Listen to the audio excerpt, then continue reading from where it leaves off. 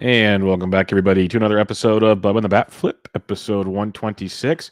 Going to recap the week that was in FAAB, the week 9 FAAB period. And in order to do so, my co-host, as always, you can find him on Twitter at BatFlipCrazy. Toby, how we doing, man? Bubba, I'm doing as well as any man who has a FAAB podcast who does, when he check your cord. Check your cord. No. Better. Is that better? That's better now, yeah. I'm doing as well as any person who. Yeah, you're out again. Was that? I'm out again? You keep breaking in and out.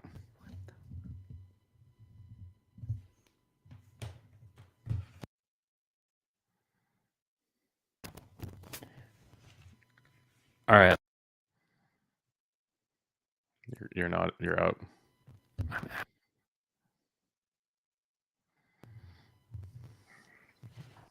Everybody, this is the wonderful world of podcasting, live on air.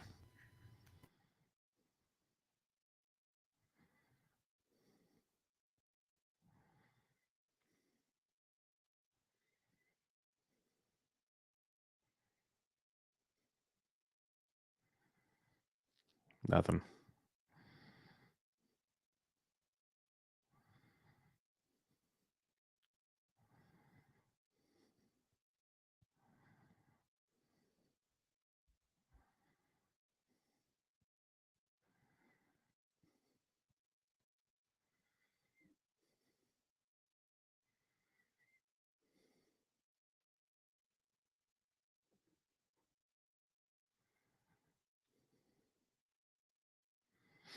Well, we'll be back shortly, folks. Apparently, Toby's going to try to figure this out. It was working totally fine before the show started, and we hit record, and he bumped into something, and now it ain't working again. So we shall see. How am I now, Bubba? There you go. I'm better? Yes. Oh, my gosh. Yeah. So anyways, I'm doing as well as somebody whose audio cord doesn't work, when they show up to their podcast after being gone a week. And also FAAB's Cole Sulser looking for saves. So that's how I'm doing, but I'm actually doing well. Yeah. How about you? How are you doing? I'm tired. I'm tired because long weekend, but it's good. Good stuff. FAAB was interesting. Looking forward to talking about some of the guys on this list, and watching Walker Buehler get blown up through 3 so far. I know. Brian Reynolds home run. Holy cow. If only Cal Mitchell had done it. Cal Mitchell, good old Cal Mitchell. But we'll get into him and many, many more. So let's just get cracking on it. The week 9 week that wasn't FAAB, for those that keep track at home, the online championship is the one we use for player movements and whatnot. 12-team leagues that kind of cater to most listeners' 12-team formats. And the top ad of the week was Michael Harris of the Atlanta Braves. Harris, number 14 prospect in baseball, came up from AA, got the call. So far, hitting a 111, 1 for 9 in his short stint in the bigs, but a little bit of power, a ton of speed in the minor leagues. And he went in 154 leagues as high as 234, as low as $1 in certain places. So what's your thoughts on Michael Harris? Because I'll be honest, I didn't put any bids in on Michael Harris. There was plenty of outfielders available this week that I felt a little more comfortable with, but I could be totally wrong here. Yeah, generally, it's always really tough with the prospects coming up. There's such a fascinating thing that happens where it feels like even though that there's more uncertainty around them and what their performance is going to be like, and that uncertainty goes in both directions, like they could be really bad, they could be really good, but I think people have that hope, they have that hope that they see in the prospects and maybe that optimism that they're going to do well. Generally, what I do when looking at prospects, as people who listen to the podcast know, I'm looking at projections just to get a sense of what they're expecting. I'm looking at like their past, how they've been doing in the season. And the thing that jumped out to me about Harris was the speed, like you mentioned. The Bat X has him for 8 steals, 5 home runs, 253 batting average, and 343 plate appearances. So about like an 8-15, 8-14, full season 600 plate appearance projection, which is pretty good. And you obviously have to factor in that it could be better or worse than that.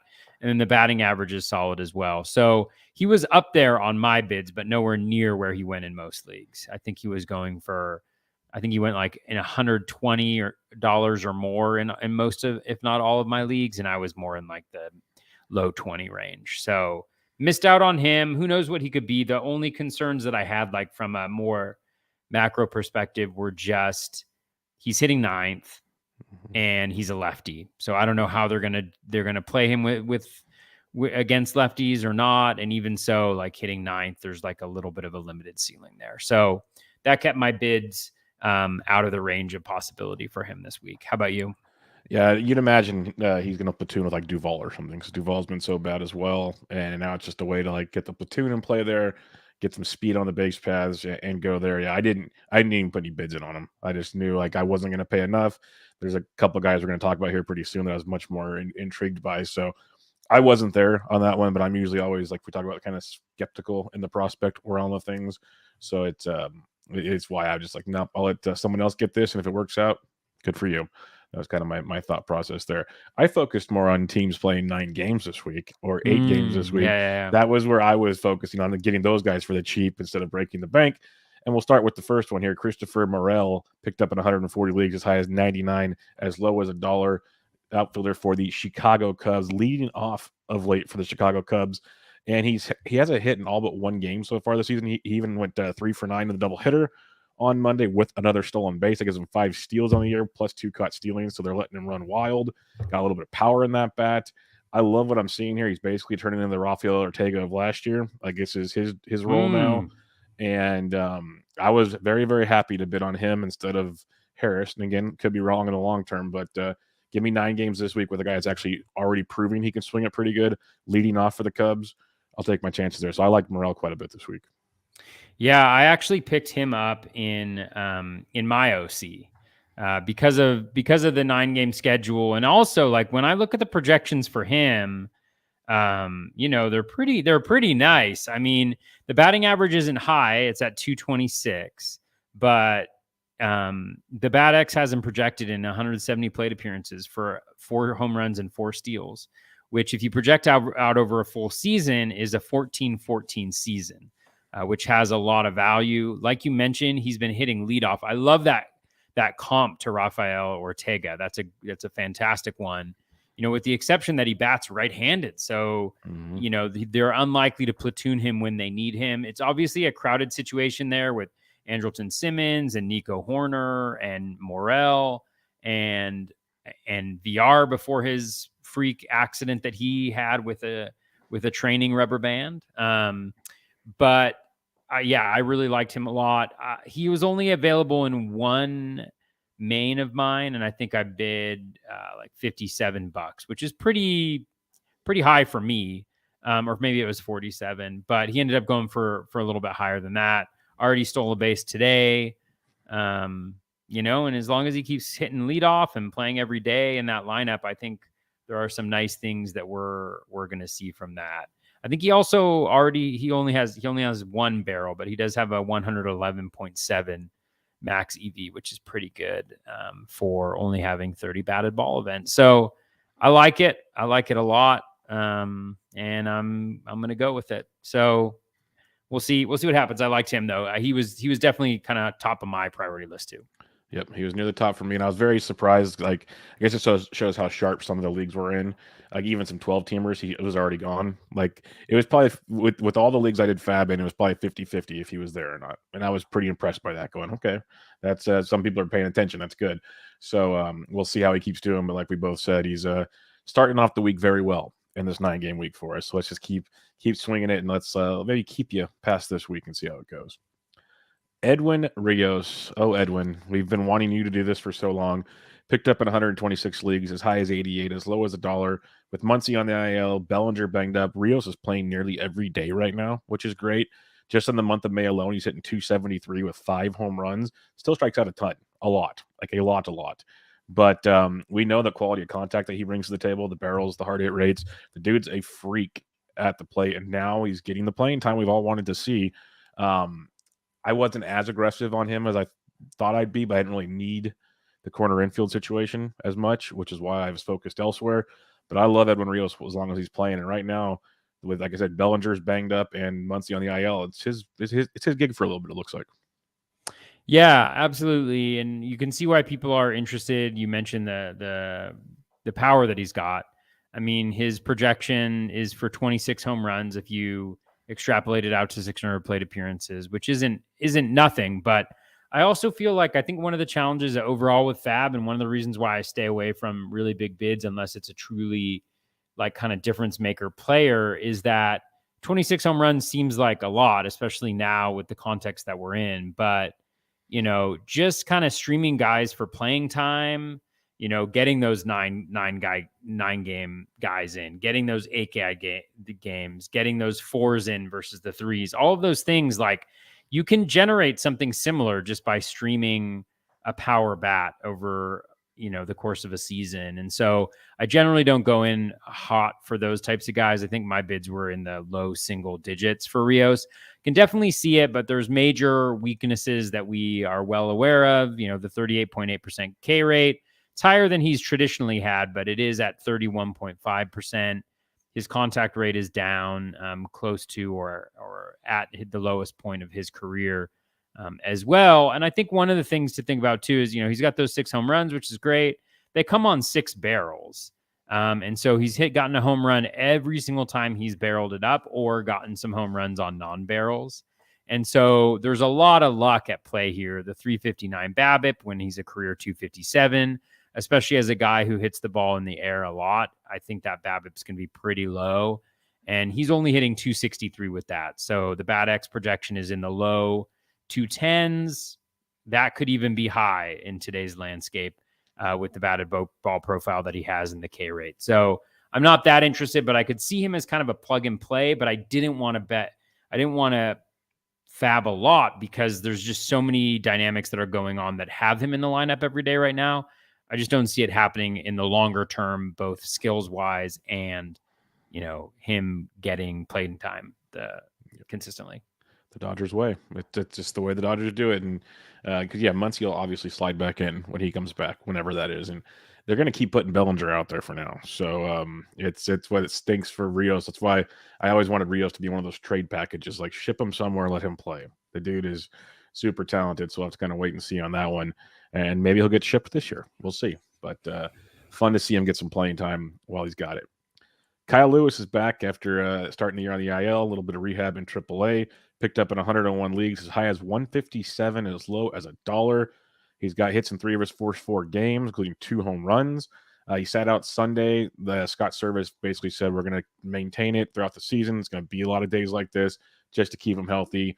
And you know what? That's what teams are doing, like with Buxton and stuff now too. These guys that they know are kind of injury riddled, is the way I'll put it. They're taking care of him a little more. So when you roster him, you have to be aware of that. But the talent that Kyle Lewis brings is interesting. So we know the pros and the cons. We've seen it both, Toby. And but we do know that there's a very good ceiling with a guy like Kyle Lewis. So what's your thoughts on him?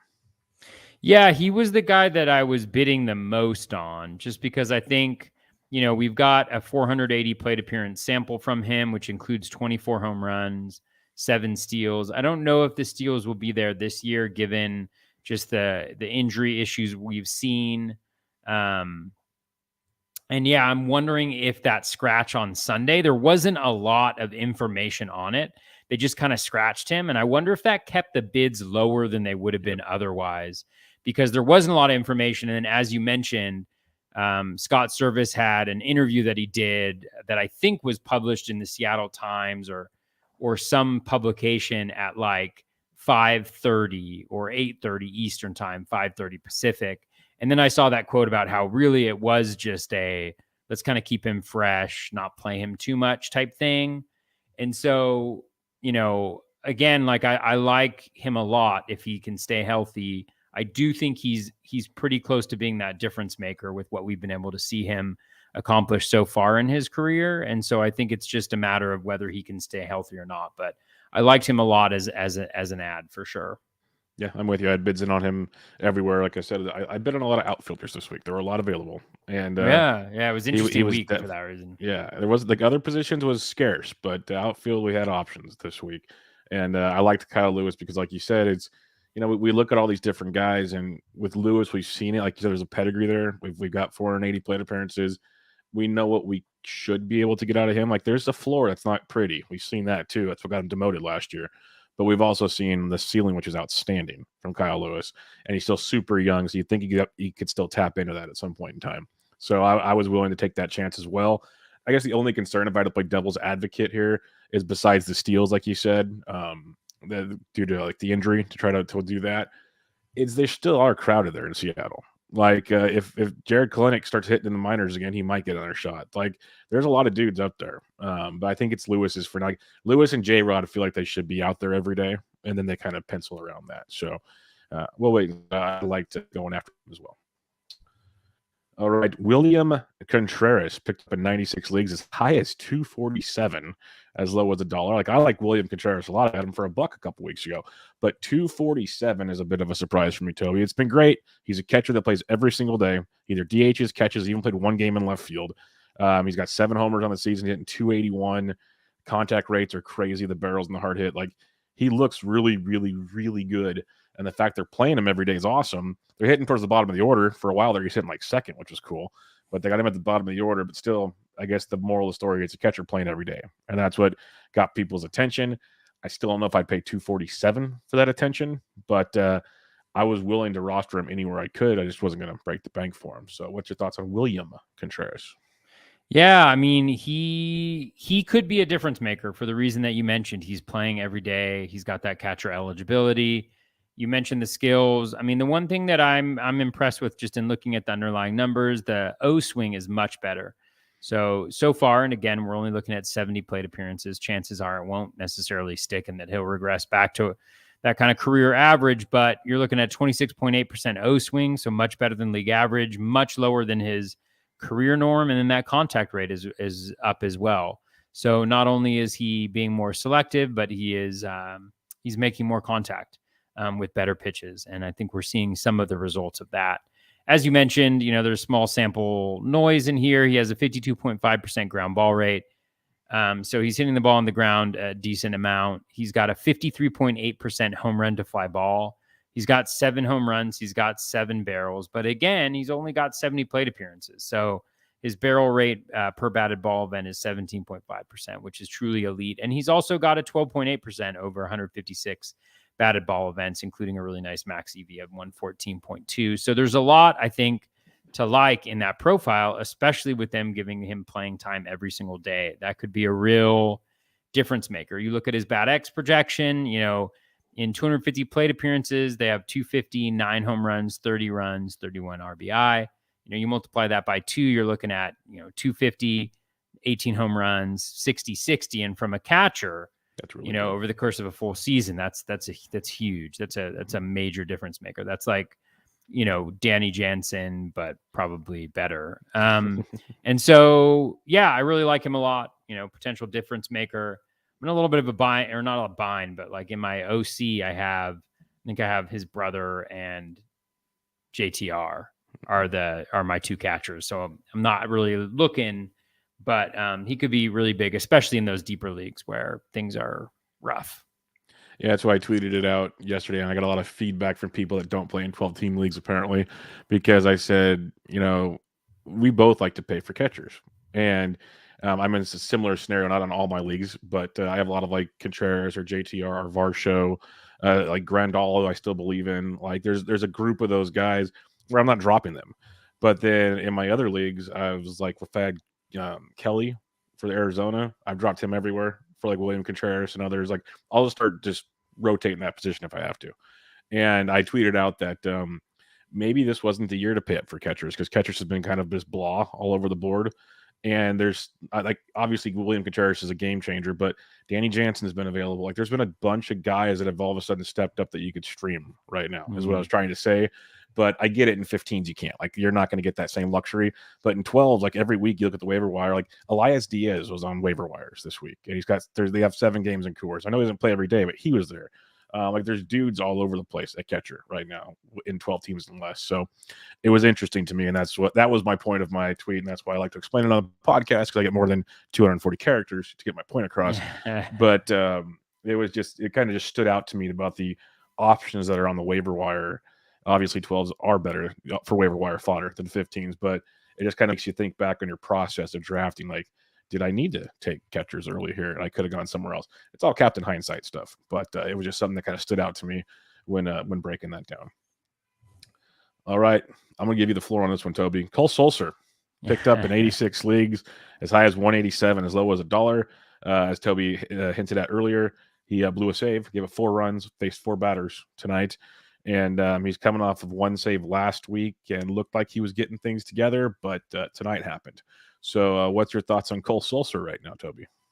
Yeah, I mean, I was so disappointing. I really felt like he had it locked down. When I was looking at him, I was just the skills were fantastic heading into tonight, so he had the 250 ERA, which went up to 450 after today, the 117 whip, 20 strikeouts in 18 innings pitched, so all the like general ones that we look at. He's got the 2 saves, but reasonable BABIP at 286, actually higher than his career average. The strand rate was low at 71.4%, so it's not like he'd been lucky.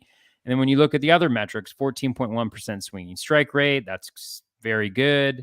In zone contact, down a little bit at 85.1%, but he's got a history of having really good in zone contact.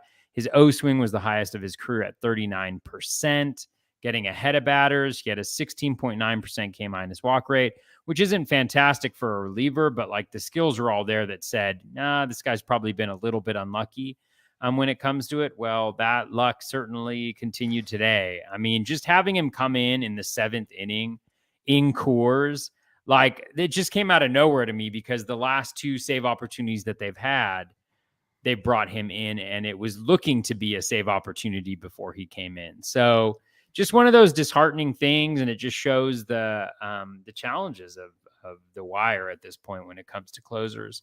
It's just so hard to know and to feel comfortable and confident that somebody has the role, even when they've gotten 2 saves in a row. So I bid for him really high. I mean, I bid $59 in 2 leagues. One was an OC where I was uncontested in my $59 bid for him.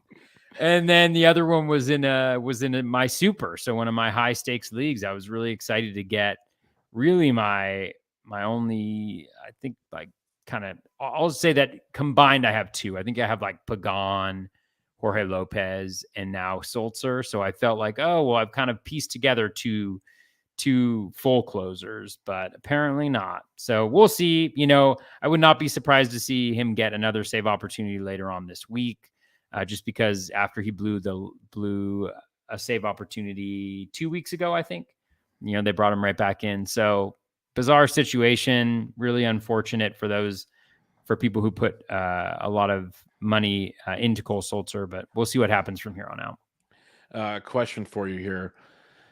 Those that did put a lot of money into Cole Sulser, they get this experience on night 1. A lot of people would want to rage drop Cole Sulser. What do you recommend to people on that one? Like, is it a 1-week rental? Obviously, we have more action to see this week. He might just be a complete failure. But are you more inclined to almost wait longer with him now to try to get your money back? Or are you willing to just get rid of him that quickly? That's I just want to put this out there because people do have thoughts like that. I think it always depends on the league. Like if you're in a really shallow league, not necessarily rage dropping him, but just thinking about the fact that, hey, like he probably doesn't have the job exclusively and he's on the Marlins. So that doesn't make him super interesting in like a shallower league. But in a 15-team league, I think, you just see how things play out over the course of the week. He is in Coors, which is just rough. I mean, a lot of people have struggled there. So I wouldn't take it, I wouldn't take that too much against him. But I think you just kind of see how the next week or so plays out. Again, I wouldn't be surprised to see him get a save opportunity, later this week. And hopefully he'll have 2 clean saves, by Sunday. And then I'll feel a lot better. Perfect. Crossing fingers on this one. Let's go back to Chicago. 9-game week on tap. Frank Schwindel picked up in 85 leagues, as high as $64, as low as $1. Since he kind of got demoted, basically like put on timeout because he never really got on the bus to leave, got called back up immediately because of an injury. He's hitting like over 280, 4 home runs. striking out like 17% of the time. He's starting to remind us a little bit of what Frank Schwindel looked like last season when a lot of us liked him for fantasy purposes. And he's playing every day, which is what you want to see, because that was kind of, he was platooning a lot beforehand, hitting in the middle of the Cubs lineup. He was another guy. Like I said, I focused a lot on these guys playing a lot of games this week, and I liked Schwindel a lot. He wasn't available in a ton of my leagues. He was already kind of sniped up places, but I put bids in where I could. I think when we recap later, I think I got him in like 1, maybe 2 leagues, but I'm willing to ride him with this kind of streak coming up. So what's your thoughts on Frank Schwindel? Yeah, he was definitely a target for me as well, where he was available. Actually, last week, like you mentioned, I got him in. I think I ended up getting him in BARF or in TGFBI or something like that. I don't know if I have him on any of my mains, and I also have him on a Dynasty League. But yeah, I mean, I think he's fine. Like, I think, we kind of saw the best that we're going to see from him at the end of last year. And now he's just he's pretty middling, pretty replacement level. And so I think you just kind of use him for these weeks where he's got really good matchups and where he's playing a lot of games and he's hitting in the middle of the order. So he's got all those things going for him, and he seems to be on a little bit of a heater, or at least he was last week and a little bit the week before that. So, you just kind of ride that out, and then as he fades, then you just kind of fade him and move on if there's something better on the wire at this point. Yep, most definitely with you on that one. Next up is a guy you picked up everywhere a couple weeks ago. I jumped on board a little bit last week and even more so this week. Jeffrey Springs picked up in 84 leagues, as high as $79, as low as $1. 6 strong against the Yankees his last time out. He's going 80-plus pitches his last couple outings, 6 or more Ks in his last 2 starts. They're lengthening them out. They're going to pitch them. Like, things are looking good here. And you talked about it a couple weeks ago. I talked to Nick Pollock on the show on Wednesday. We looked into his changeup as well. It's filthy. It's absolutely filthy what he's doing. There's a little bit of concern when you dig into the profile that if the changeup's not working, it might not be a nice night. But those are the breaks. But overall, the dude's awesome. You're way ahead of the curve here, Toby. So any more thoughts on Jeffrey Springs? Yeah, no, I still love him. I didn't start him in most places last week. I did have him in a couple places just because the Yankees are a pretty right-handed heavy lineup, and I think he's going to be effective against righties. I actually should probably look to see if that bears out in his platoon splits, but oh well. So yeah, I just really like him. He's been lucky. I mean, don't get me wrong, 213 BABIP, 92% strand rate. Those things will even out over a period of time. But I love the skills: 14.6% swinging strike rate, 42.6% O swing, which is just absolutely fantastic. Dominating in the zone at 79.5%. K minus walk is 21.1%. He's not walking guys. He's striking guys out. I just love it. And I've loved it since I saw him. He's pitching against the Angels. I mean, he's had a rough go of it too, which is the surprising thing. Like, you think like, oh, maybe he was beating up on some not so great teams. He's faced the Yankees as a starter, I should say. He's faced the Yankees. Actually, let me just make sure. Yeah. The Yankees, Baltimore, Toronto, the Angels, and not like, your Angels of the past week. This is when they were like in their peak form, Trout, Ohtani, Rendon, everybody. And then he faced the Mariners, but he only went 2.2 innings. So he's faced like arguably 2 or 3 of the top 5 offenses in baseball. And he's done well, and he's very efficient. He's not walking guys, which is nice because, he's gone on a little bit of a pitch limit. I don't know if he's hit 100 yet, but no, he's only gone 80 his last 2. 80 is around 80 last, or so. Around 80, but he's been efficient. So it could go bad. It'll probably go bad in one start. Maybe it'll be this week. I hope not, because I got him in everywhere because he's going against Texas, although they're hitting well so far today. So we'll see what happens, but I really love it. I really like what he's about and what he's doing. Yeah, I didn't play him last week either, so I feel you there. I was not putting him into that Thunderdome, but we'll see how he does against Texas. We're all rooting for him. Jakob Junis from the San Francisco Giants, 2-step this week at Philadelphia, at Miami. Picked up in 82 leagues, as high as 76, as low as 1. He's been serviceable, 5 or more innings in every start, 2 runs or less in 5 of his last 6 starts. Almost Ks aren't there. Ks aren't great. Let's put it that way. But he's been serviceable, very serviceable. 2 starts on tap. I wasn't overly aggressive on Jakob Junis because that Philadelphia start terrifies me. But I'm also a pessimistic Giants fan. So what's your thoughts on Jakob Junis this week, who many people are obviously in on? Yeah, I've had him on my teams for like 4 or 5 weeks at this point. Right after he first came up, I added him in a few 15s. I have him in my lineups. These starts scare the heck out of me. Mm-hmm. I don't love what I see necessarily. I mean, he's on the Giants, so he's got that going for him. But you mentioned the Ks are low. His swinging strike rate is at 10.3%. But if you look at it, I think over his last like 5 or 3 or something, it's definitely gone down considerably. He's getting chases. The Z contact is awful at 91.5%, and I hate it. I hate having guys who can't dominate in the zone because it means they're kind of, they're playing around at the edges. And sometimes if you don't have your best stuff going for you, then you're walking guys. And he's always been homer prone. So we'll see if that kind of rears its head. I'm definitely nervous about the start. The one thing that I will say, his CSW is 30.9%, which is really strong. So, he gets a lot of called strikes, and he always has gotten more called strikes than swinging strikes. So there's a little bit of hope there, but say your prayers this week because, man, I am not feeling super hot about it, but we'll see what happens. Yep, I'm pulling for him, but I am nervous as all get up. Trust me on that one.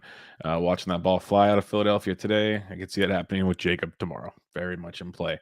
Here we go. Tyrone Taylor time. This is a big one. Like anybody listening to any preseason content, I think most of us all love Tyrone Taylor. And then the Brewers went and got Andrew McCutchen, went and traded for Hunter Renfroe. And you're just like, well, there goes that option again.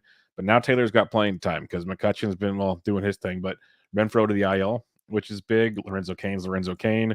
So Tyrone Taylor added in 79 leagues, as high as 71, as low as $1. 2 more home runs today in the doubleheader against the Cubs. Over his last 10 games before today, 3 home runs, hitting .351, and only striking out 12.5% of the time. He is finding his groove playing every day, which is beautiful. He's got a power, he's got speed, he's got a little bit of everything from Milwaukee. Let's just hope this sticks, Toby, because I like Tyrone Taylor a lot. I know you do as well. Yeah, so if we had the podcast last week, I would have been celebrating. Because, ladies and gentlemen, I got Tyrone Taylor in 5 of my 6 biggest leagues last week. If you were watching, he played 6 out of the last 7 heading into last Sunday, I want to say. He might have sat on Sunday, I think, or on Monday of last week. I can't remember, but he was playing. And because Lorenzo Cain sucks now, like Lorenzo Cain doesn't look like he can do anything. His K rate's way up. He's not hitting the ball hard. He's hitting the ball on the ground just a ton. Like he's not doing anything.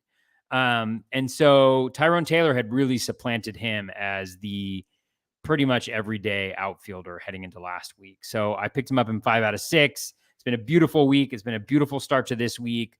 When we talk about guys that can be difference makers, when you look at his bat X projection, for 329 plate appearances, he's at 244 with 12 home runs and 4 steals. So over 600 plate appearances, you're looking at 20 plus home runs and probably 7 to 8 steals.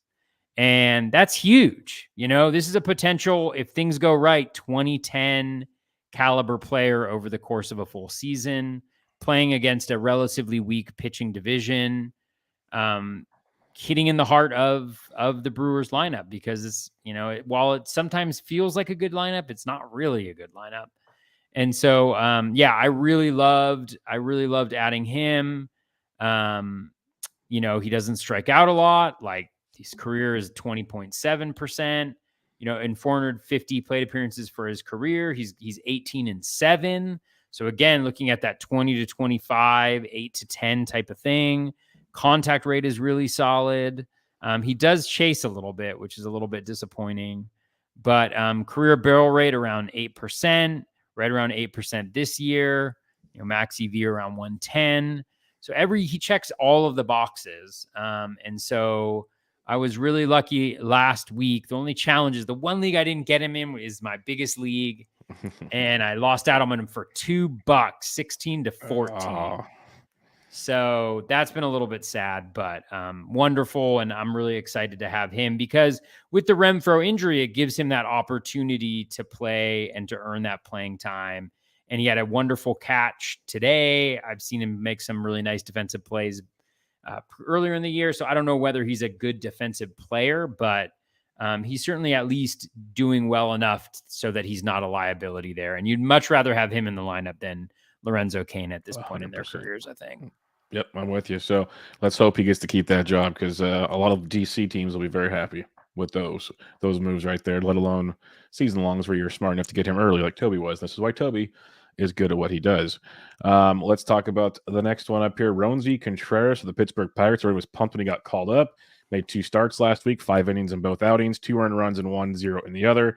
3 Ks, 5 Ks, walks, and control have been his issue so far. That's the biggest thing you'll hear about Ronesi Contreras. I have 0 shares of Ronesi Contreras. What's your thoughts on Ronesi Contreras? Yeah, he's a little bit of a tough one. I mean, I like the skills a lot. He's tough only because he was gone in pretty much all 15-team leagues. And then he was available in 12-team leagues. But I think the challenge is it's like in a 15-team league, he looks amazing because the skills are good and it's just so shallow, the pitching. But in a 12-teamer, it's like you could probably stream a guy who's fairly equivalent on a regular basis there. The good, 16.9% K- walk rate, 13.1% swinging strike rate, 37.4% O swing, which is great. He's good in the zone too, 81.7% Z contact. Only challenge, like you mentioned, is the control and ability to throw strikes. He's only got a 37% zone percentage. So even though he's getting ahead of batters and he's getting them to chase, he's still running into some control issues there. A little bit of luck with the 227 BABIP and the 86.4% strand rate, but looks pretty good. I think one of the things that I'm trying to weigh a little bit more now, too, is with these guys. Like I'm really trying to be thoughtful, and this week I feel like I've gone amiss already. Is like there's certain guys who there's just, especially on really bad teams, like even if they're pretty good, if they're not going volume, it's really hard to get wins. So if you think you're going to get a win, maybe one out of every 4 starts from a guy, then you start to see a lot more downsides. And so I'm trying to be a little bit more cognizant of that this year because, I just think sometimes just throwing that middle reliever in there or throwing that added closer or closer spec in there with good skills, you're only missing out on maybe a K or 2, and there's just a lot less volatility. So, yeah, but I thought he's a good ad generally. Yeah, I'm 100% with you on that. The comments you made there about the bad team pitchers basically and playing. When we talk about pickups this week, I picked up a handful of relievers because I just didn't like my other options. That was how we were going to roll with it, and we'll talk about that for sure. But yeah, it was Ronesi was one. Like I like the talents. I just didn't want to go in on him either because there's still too many questions for me there. Not going deep, and that's just not something I want to deal with right now. Here's another guy, Matthew Liebertore of the St. Louis Cardinals. He's looked good. 5 innings in his last outing, 6 Ks. But again, how long is he going to go out there? How long is he going to stay up? He's there this week because I got 8 games, but you can see him go back down and give his notice. Stud pitching prospect, just like Contreras. But to me, there were still a lot of questions with Liebertore, and I'm willing to be wrong on these kind of things more often than not. So I was not in on him. Talent's great, no doubt in that. But I did my Mackenzie Gore thing already. I didn't need to do it with anybody else. That's the way I look at it. Yeah, I have a rule about picking up guys with swinging strike rates under 5%. I just don't do it, Bubba. I just cannot. It's a good rule. Good rule to have. Do it. He's got a 4.4% swinging strike rate. K- walk is 9.1%. O swing 27.6%. Z contact 86.1%. So he's worse than league average in all of those by a pretty healthy margin outside of that Z contact. So there's just for me, just warning sirens going off that something bad is potentially going to happen here. Maybe not. I mean, the projections don't love him, 4.34 to 4.77 with a 1.35 to 1.38 whip. I think the whip is going to be, an issue. He didn't have overwhelming strikeout rates in the minors. He did have 28.4% so far this year, but The 2 previous seasons, a combined 200 innings with 23.7 and 22.9.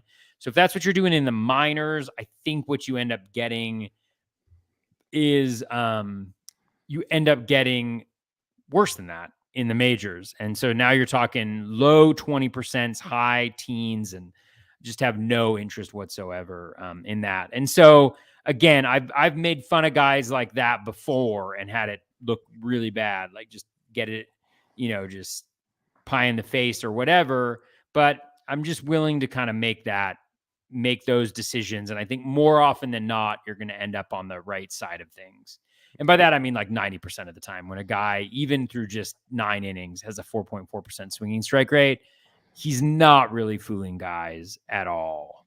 There's very few like pitchers in the majors who over the course of 2 full outings will have a 4.4% swinging strike rate. Like that's like, if he throws 80 pitches and he has 4 swinging strikes, Bubba, that's above a 4.4% swinging strike rate. So it's that bad. Yeah, it's not good. It's not good. It's not good at all. You know what is good is Mookie Betts just hit a bomb. 15th home run of the season. The guy is unconscious right now. Like, absolutely unconscious. But I digress. We'll talk a couple more guys here that we'll go over our moves of the week, hit up some listener questions. So let's go to Victor Robles. This was an interesting one for me. Picked up in 69 leagues, as high as 114, as low as $1. He's hitting 257 on the year. He's got 4 steals over his last 3 games, 5 steals on the season. Still no power with Victor Robles, hitting at the bottom of the Washington lineup. But he's getting on and stealing bags right now. And that has some weight to it, if that's what you're looking for. I'm not looking for that per se, but he's fantasy relevant again right now, Toby, which is quite surprising from where things have been recently.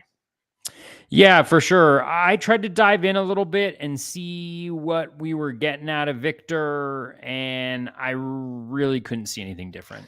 I think the 364 BABIP, which is about 60 points higher than his career average, his line drive rate is actually, it's slightly higher than his career average, but the ground ball rate is actually up. He's not hitting with any authority. The home run per fly ball rate the last 3 years has been 7.7, 2.4, and then 5.6 this year. Barrels, he does have 3, but it's only a 3.6% barrel rate. The max EV is down for the 4th consecutive year, 110.5, 109.2, 108.3, 106.8. That's after 84 batted ball events. The overall exit velocity is just god awful. The hard hit rate is god awful. I think that we probably just saw like the best stretch of hitting that he's going to have the rest of the season potentially. So, again, there's hope there. There's that glimmer, but yeah, I just didn't see enough different from the profile to actually take a swing at it. Yeah, that's why I was surprised when I saw his name pop up. So I've heard his name mentioned a lot this weekend, and I was like, it's still Victor Robles, right, guys? Like, we're basically paying for steals right now. If that's what you need, okay. But there's not much else coming your direction with Victor Robles that's going to help you, at least. Let's put it that way. All right, Toby, if you're ready, let's do some FAAB recaps for the week. Who did you add in your leagues? All right.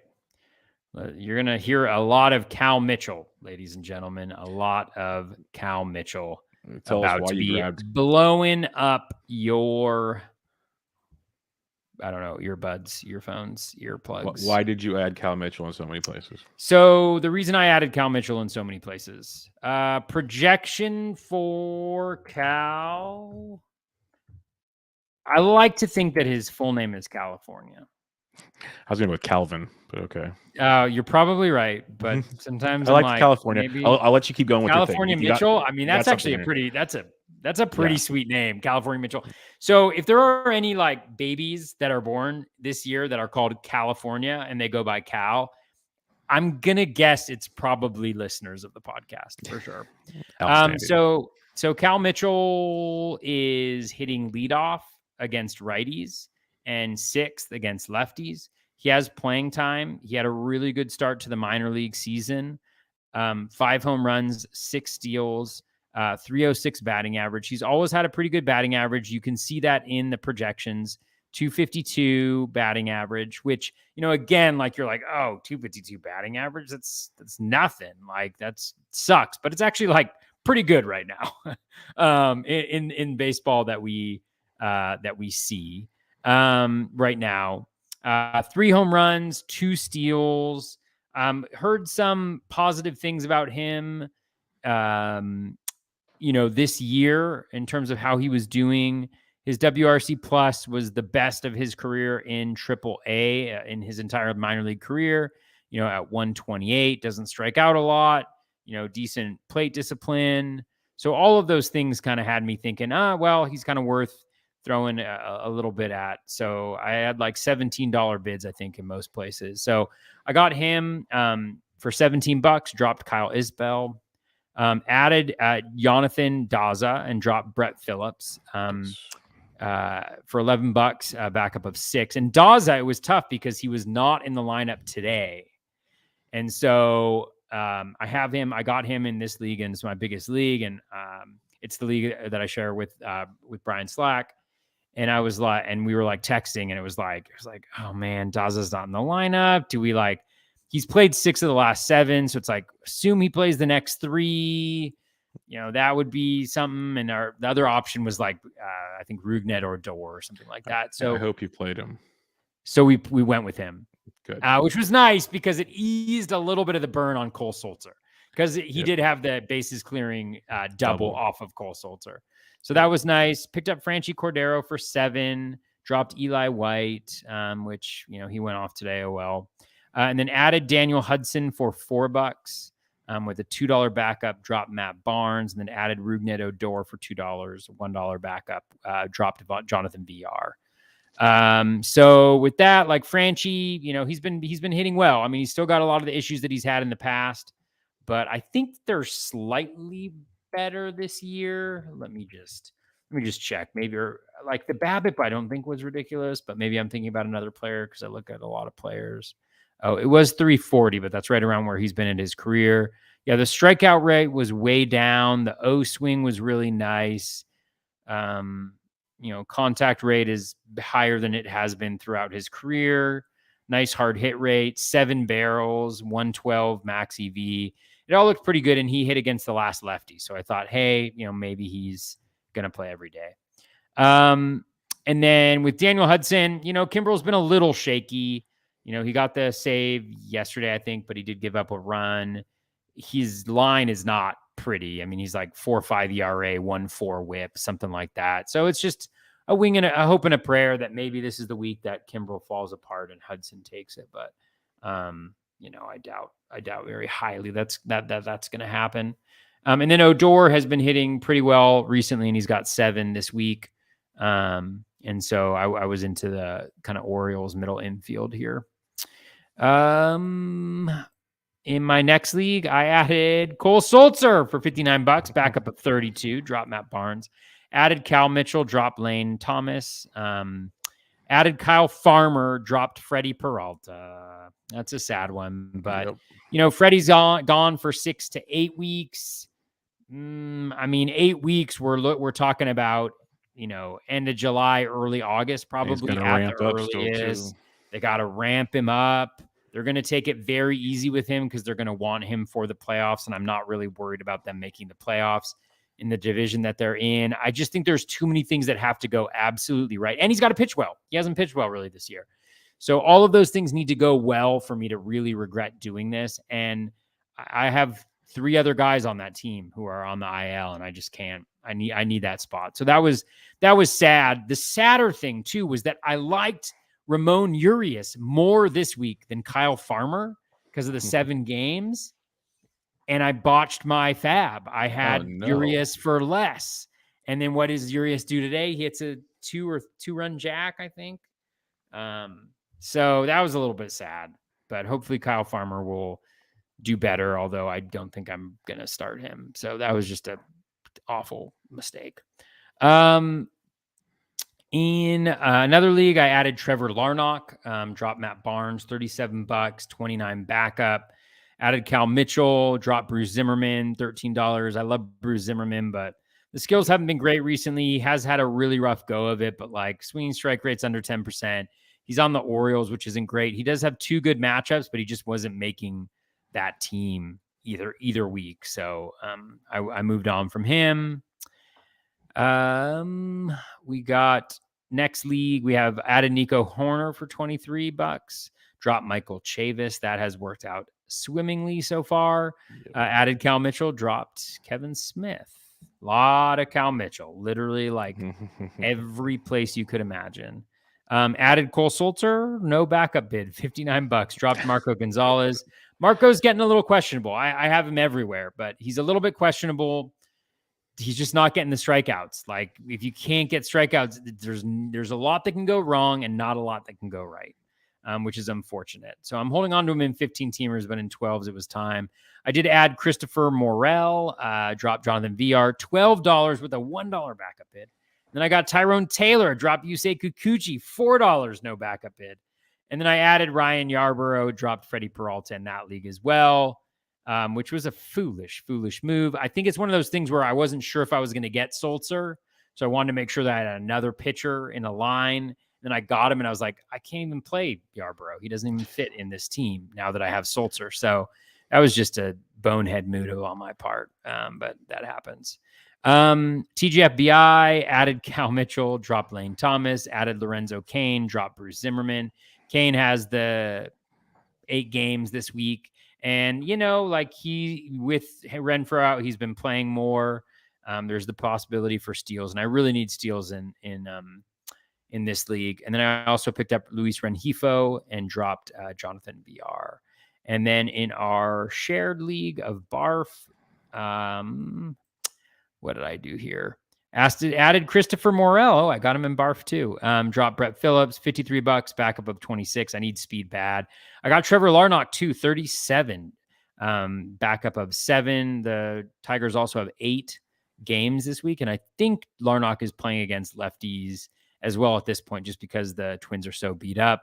And then I added Jonathan Daza for 11. Dropped Bruce Zimmerman. That wraps up my FAAB for the week. For me in TGFBI, I added Glenn Otto, dropped Chase Silseth. Otto got the done tonight. $19, $9 runner up.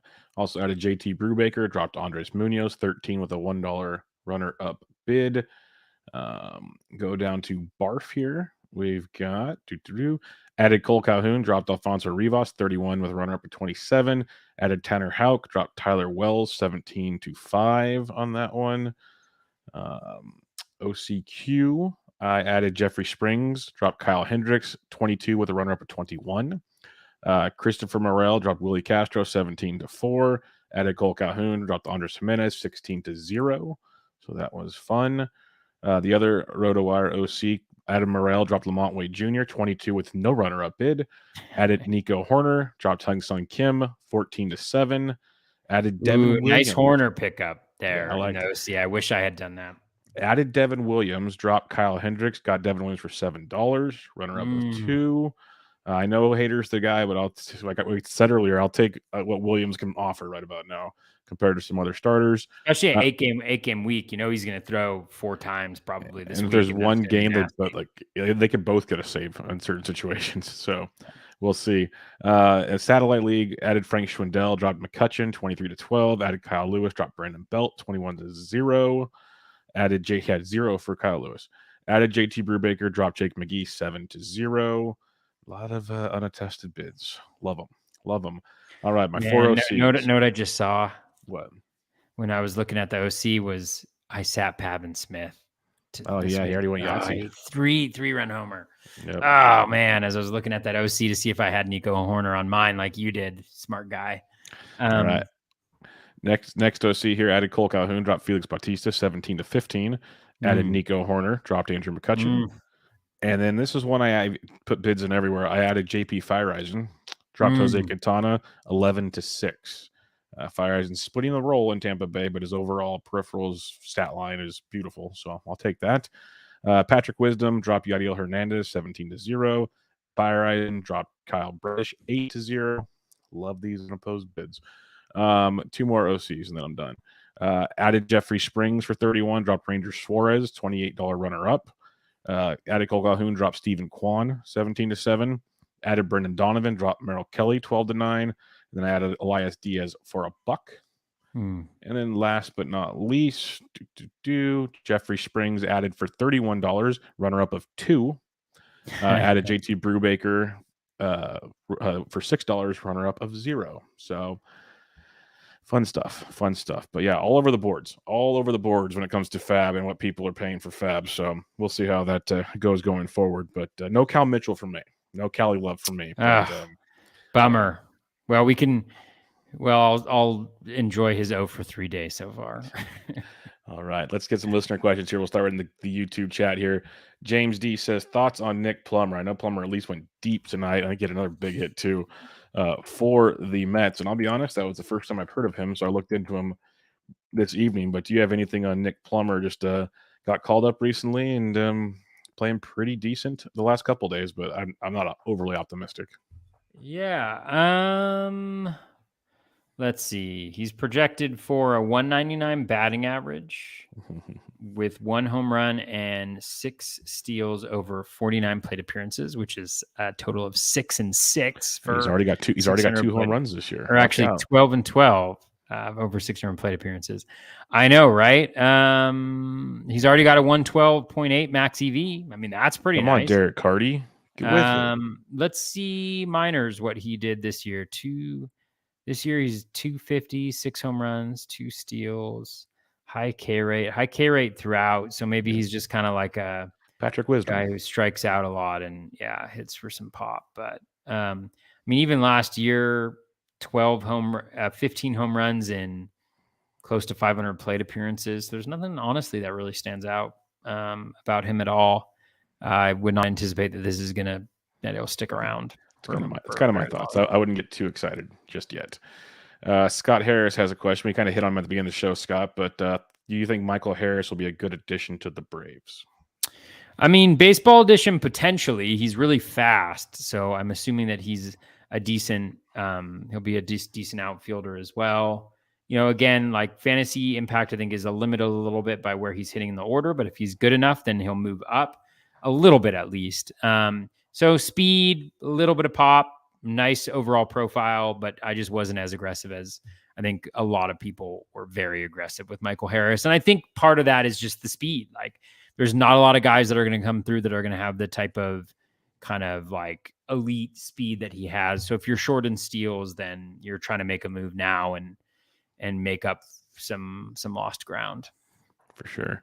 A couple more questions here. Larry Cardosa asks, Teoscar Hernandez, 24 games, 2 home runs, 9 RBIs, 26 strikeouts, and 88 at-bats. Is it panic time or buy low time? I'm in the buy low aspect of this one with Teoscar Hernandez. I think he's still kind of getting his sea legs out from under him. And as long as he can get healthy or stay close to healthy, that team is starting to heat up together right now. And that's what's going to happen. They're all going to start clicking. Leaving Lourdes had a good week last week for the first time in a while. Vladito hit 2 home runs last week. First time since his 3 home run game in New York. Like, I got confident in the Jays getting things done, and Teoscar will be a part of it. So I would buy low. Yeah, I mean, 217 BABIP.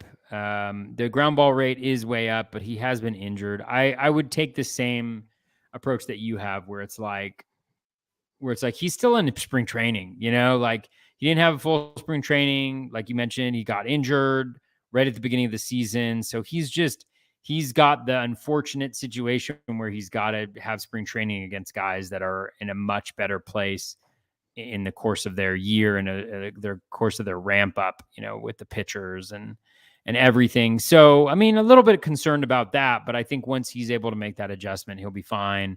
You know, 12.5% home run per fly ball. So everything's like he's underperforming everything that he's done so far. And so I just think he's partially been unlucky and partially just needs time to ramp up. And when he does ramp up, he'll be fire, I'm sure. Yep. I'm with you there. And then last but not least, Mr. Todd Whitestone, Mr. at Telestar7 asks, and he butters us up. Very flattering question. You guys are smart, good looking, and insightful. Wow. And I added the wow. So what do you think of these pitchers as options in rest of season 15-team mixed rotos? Aaron Ashby, Garrett Whitlock, Spencer Strider, Tanner Houck. What are your thoughts on those 4? Yeah, I mean, I think with all of them, like kind of volume is a little bit of a question. Strider got the start that everybody had been wanting him to get today. He gave up Edwin 5 Rios earned just hit a home runs. run. Edwin Rios did just to shut me up. Was it a solo shot or Solo shot opposite field? okay? So I mean, Striders look good from a skills perspective. We talked about him extensively a couple weeks ago. Really nice K-minus walk, really nice swinging strike rate, really nice O swing. But I think the 4 innings is the most that he's pitched so far this year. Yeah, he pitched 4 in one other instance, but he doesn't really have the volume. So I think there's a lot more downside, and we saw it. I think when we also spoke about him 2 weeks ago, I said that he has a 0 home run per 9, which is crazy because his ground ball rate is so low. Well, he doesn't have a home run per 9 of 0 anymore. It's still going to be super low. It's at 0.31. So I would expect some more regression on that front to come his way. But I think he's worth taking a shot at in a 15-team league just because the skills are really nice and, there's upside there. Who else was it? Ashby, Whitlock, Strider, Hauk. Oh, Ashby for sure. I mean, he looked nasty Yep. today. He's got, I think the benefit from him, at least in the start that I saw today, is he had that really nice changeup he could throw to righties. That was effective. And he's also got that slider or curveball, which I think is his kind of preferred go-to pitch. He struggled a little bit this year. Hasn't been as good as he was last year, but I think it just needs a little bit of time. He's got decent velo from that left side, and everything looks nice, and it's kind of working its way up. The projections really like him too. 3.63 ERA for the bat, which is nice. So yeah, I like Ashby for sure. I remember the question the most out of all those guys there. Whitlock was the next one. Yep. Whitlock, let's just see what Garrett is doing. I know he started off really strong, but then he's struggled a little bit since. 44. Yeah, I mean, everything that looks really solid there. Like, again, I'm not sure how much of this is starter versus reliever, but 32.1% O swing, 84.7% Z contact, 20.5% K minus walk, 12.8 swinging strike rate. So I'd say like a really solid, good starter. But again, I want to see, let's see his game log. So he's got 1, 2, 3, 4, 5. All right, 1, 2, 3, 4, 5, 6, 7 starts. He's got 7 starts. So let's look at what his numbers are over his last 7 games. Just because we want to be thorough with such a wonderful intro to that question that Todd had for us. Let's try to be as thorough as possible. Oh, guys. All right. So Z contact way up over his last 7 games. So these are all starts. 87.1% below league average. His O swing is down to 31%, right at league average. His K rate still 26.2%, which is great. Swinging strike rate still 11.9%, which is strong. Walk rate up to 7.1%. So still really good, but struggling, not really as effective inside the zone. Let's see how far his volume is. His velocity has fallen. Yeah. So his velo, he's averaged 95.5, which is still good for a starter, but definitely far down from where he was last year when he was, 97 pretty consistently. So I'd say he looks like a solid starter, but I think there's some real downside there. I actually think that, maybe he is the solution to the Red Sox bullpen. If they can get enough healthy starters back in there, which I don't know their starters well enough. Rich Hill sucks, but yeah. And who's the 4th guy? Hauk. Oh, Tanner Houck. Maybe Houck replaces him. Tanner Houck. We got 11.1% swinging strike, 11.6% K minus walk. He's walking a lot of guys, not striking out a lot of guys, not getting chases, struggling on pitches inside the zone. Not a lot of great stuff to see here. Less than 1 strikeout per inning. The velo's actually up, which is interesting. He's throwing the slider the same amount. But he's just kind of a 2-pitch pitcher, isn't he? Is he just slider? Heavy slider, yes. Heavy slider fastball. Let's see. Slider, four seam. He throws the sinker. Yeah. Excuse me. Yeah, he's kind of just got the fastballs and the slider. And even the slider, I mean, 12.1% swinging strike rate. That's not great for a slider. So I don't know what's going on that. I don't know why he's not being as good. I mean, the velo is still there. He's throwing it as much. So I'm not sure what's going on with the velo or with Houck and his slider. But if the slider's not even that good, then I don't know if he's that good. Yeah, I go Aaron Ashby, as you mentioned. Yeah. That'd be my number one. And then I go Spencer Strider because if I'm thinking 15 team, I don't think Whitlock, Strider, or Houck going to give me consistently 5+ innings. So give me the guy with the best stuff, and I got Spencer Strider. And then I go with Whitlock and then Houck. I think Whitlock can be the closer by the end of the season. So that's where I go. Ashby, Strider, Whitlock, Houck for me. But it is annoying. It'd be nice, like at least like put an opener in front of these guys, let them go get a win or something. That'd be much more appreciated. Is what it is. It's the way of the world in baseball these days. We're gonna see a lot more of that stuff, especially as the season goes on. Guys get hurt. A lot more of that kind of up and down type action for sure. So that'll wrap us up, Toby. Any final thoughts as we are 9 weeks through the season? I think no. I love this time of year. I absolutely love it. I always forget. I hate the beginning of the year. And then I love when we get into this part. You know, this is when it gets good, when there's kind of moving pieces, but you kind of know who guys are. You have a little bit more sense of the roles. You have all this stuff. And we still got 17 weeks of FAAB left. We're a quarter way through the season. I love the rest of it. I really like it. So, I'm very excited, and I'm just really looking forward to riding on the back of Tyrone Taylor for the rest of the year. That's all I got. That's beautiful. That's beautiful. Well, we will see how that goes. Hopefully Taylor has a big week. Hopefully Cal Mitchell has a big week for you. Oh, yeah. And much only much in more. one lineup, but I've got a lot of him. So there we go. We'll see what happens with that one. But we'll be back with you guys next week as usual. Same bat time, same bat channel. Check out Toby on Twitter at BatFlipCrazy. I am on Twitter at BDentric. And until next time, this was Bubba the Bat Flip, episode 126. Catch y'all later.